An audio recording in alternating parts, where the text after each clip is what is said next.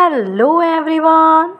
तो आज हम इस वीडियो के माध्यम से गुजरात बोर्ड का हिंदी जो कि क्लास 11th का है, इसके चैप्टर नंबर 9 चंपा काले काले अक्षर नहीं चिन्हती, जिसे लिखा है त्रिलोचन जी ने, आज इसके अभ्यास कार्य को पढ़ेंगे। तो अगर आपने ये चैप्टर नहीं समझा है तो आप इससे पहले वाला वीडियो देखें ताकि आपको ये चैप्टर अच्छे से समझ में आ जाए और इसके क्वेश्चन आंसर आप आसानी से समझ सको। तो आइए इसे हम स्टार्ट करते हैं। फर्स्ट है, निम्नलिखित प्रश्नों के उत्तर दिए गए विकल्पों में से उचित विकल्प चुनकर पूरा वाक्य फिर से लिखिए। फर्स्ट है, चंपा अपने बालम को कहाँ रखना चाहती है? कलकत्ता में, अपने संग, साथ में, परदेश में या विदेश में? तो इसका सही आंसर होगा अपने संग, अपने साथ में। सेकंड है, चंपा लेखक की कौन सी चीज़ छिपा देती है? पॉकेट, कलम, किताब या चश्मा? तो इसका सही आंसर होगा कलम। थर्ड है, सब जन पढ़ना लिखना सीखे, ऐसी इच्छा किसकी है? चंपा की, गांधी जी की, गांव वालों की या शहर वालों की?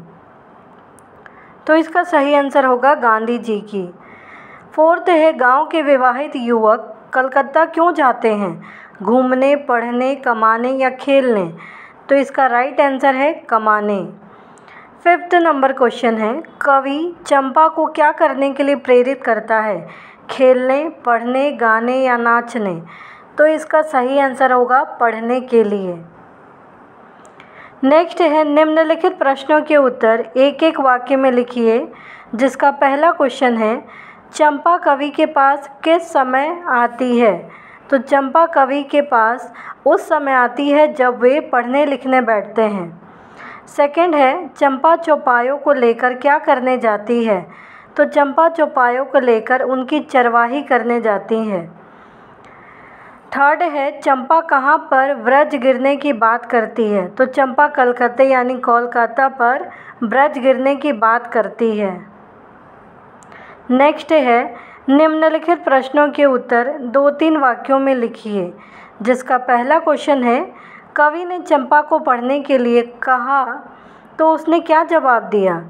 कवि ने चंपा को पढ़ने के लिए कहा तो चंपा बोली कि वह नहीं पढ़ेगी। यदि गांधी बाबा अच्छे हैं तो वे पढ़ने लिखने की बात कैसे कहेंगे? कवि जब चंपा को पढ़ने के लिए कहते हैं तो चंपा कहती है कि वो नहीं पढ़ेगी, क्योंकि गांधी बाबा अगर अच्छे होते तो वो उनको पढ़ने के लिए कैसे कहते। सेकंड है, चंपा कवि से ऐसा क्यों कहती है कि तुम पढ़ लिख कर झूठे हो? कवि ने गांधी जी को अच्छा आदमी बताया था। चंपा पढ़ाई लिखाई को अच्छा और ज़रूरी नहीं समझती। उसके विचार से यदि गांधी जी यह सलाह देते तो वे अच्छे आदमी नहीं होते, इसलिए चंपा कवि से कहती है कि तुम झूठ बोलते हो। जब कवि ने चंपा को बताया कि गांधी जी अच्छे व्यक्ति थे, उन्होंने बताया कि पढ़ाई लिखाई करना कितना ज़रूरी है और पढ़ाई लिखाई करना अच्छा और ज़रूरी है, जिसको चंपा ज़रूरी नहीं समझती है, तो उसके विचार में गांधी जी अगर ये सलाह देते कि हम सबको पढ़ना चाहिए तो वो अच्छे आदमी नहीं हैं, इसलिए चंपा कहती है कि तुम झूठे हो, कवि को आप झूठ बोलते हो। थर्ड क्वेश्चन है, चंपा के कागज़ गोदने के आरोप का कवि क्या जवाब देते हैं? चंपा के कागज़ गोदने के आरोप का कवि कोई जवाब नहीं देते, वे केवल हंस देते हैं। नेक्स्ट है, निम्नलिखित प्रश्नों के उत्तर 5-6 वाक्यों में लिखिए, जिसका पहला क्वेश्चन है, चंपा कैसे कैसे उद्यम करती है? तो चंपा नटखट लड़की है, कभी कभी वह कवि की कलम छिपा देती है, कभी जब जैसे तैसे कलम ढूंढ कर लाता है कवि तो देखता है कि कागज़ गायब है। बार बार कलम कागज़ ढूंढने में कवि परेशान हो जाता है। इस तरह चंपा कवि के कमरे में तरह तरह के उद्यम करती है। वो क्या करती है? चंपा एक नटखट लड़की है, कभी वो कवि की कलम छिपा देती है, जब तक कवि कलम ढूंढ कर लेकर आए तब तक वो उनकी कागज़ छिपा देती है।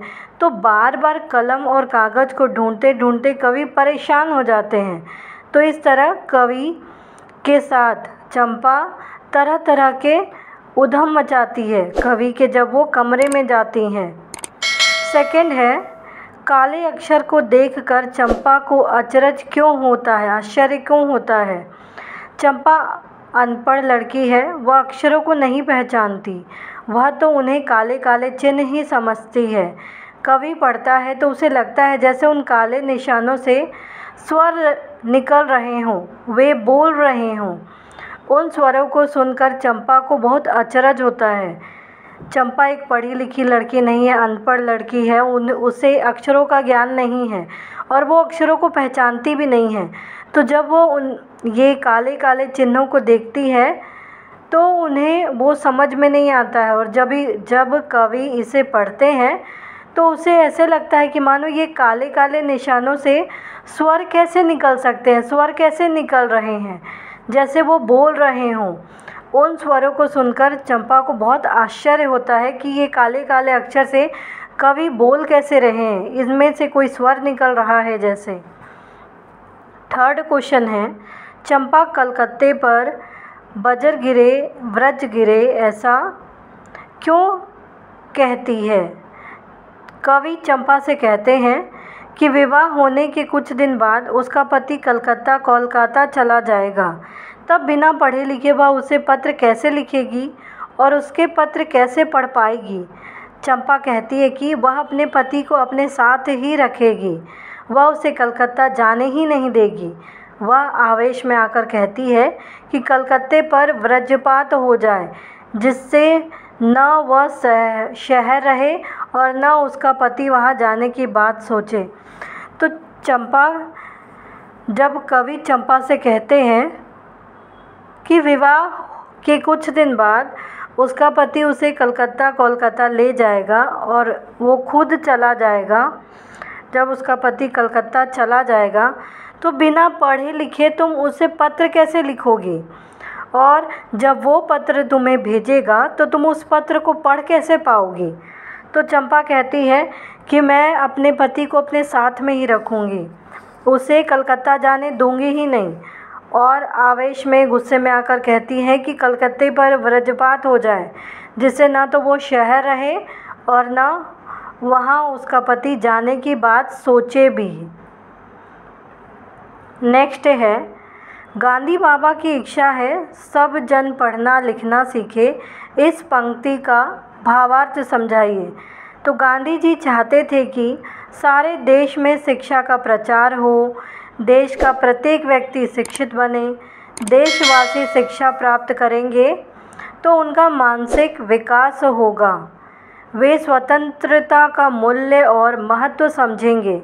शिक्षा से लोगों को प्रगति के रास्ते मिलेंगे और देश पिछड़ेपन से मुक्त होगा। इसलिए देश के प्रत्येक जन को समुचित शिक्षा मिलनी चाहिए। तो गांधी जी ऐसा चाहते थे कि देश में शिक्षा का प्रचार हो, ज़्यादा से ज़्यादा लोग पढ़े, चाहे वो स्त्री हो चाहे वो पुरुष हो, हर एक व्यक्ति को शिक्षित होना ज़रूरी है और देश का प्रत्येक व्यक्ति शिक्षित हो, पढ़े लिखे, क्योंकि बिना शिक्षा के कुछ भी हासिल करना मुमकिन नहीं होता है।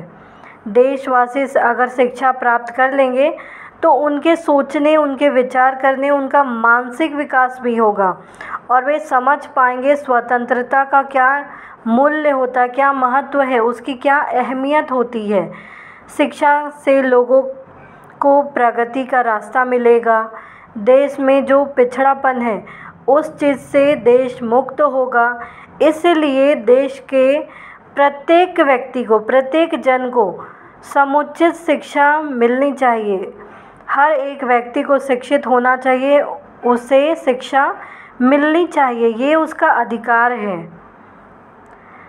तो इस चैप्टर में हमने देखा कि त्रिलोचन जी ने, जो कि हमारे कवि हैं इस चैप्टर के, वो स्त्रियों के शिक्षा पर किस प्रकार से जोर दे रहे हैं, बल दे रहे हैं कि लोगों को शिक्षा हासिल करनी चाहिए, ज़्यादा से ज़्यादा लोगों को शिक्षित होना चाहिए, जो कि गांधी जी का भी मानना था। तो उम्मीद है आपको ये चैप्टर समझ में आया होगा, इसके क्वेश्चन आंसर समझ में आए होंगे। तो प्लीज़ आप इस वीडियो को लाइक करना, शेयर करना, सब्सक्राइब करना, कमेंट करना ना भूलें। Thank you.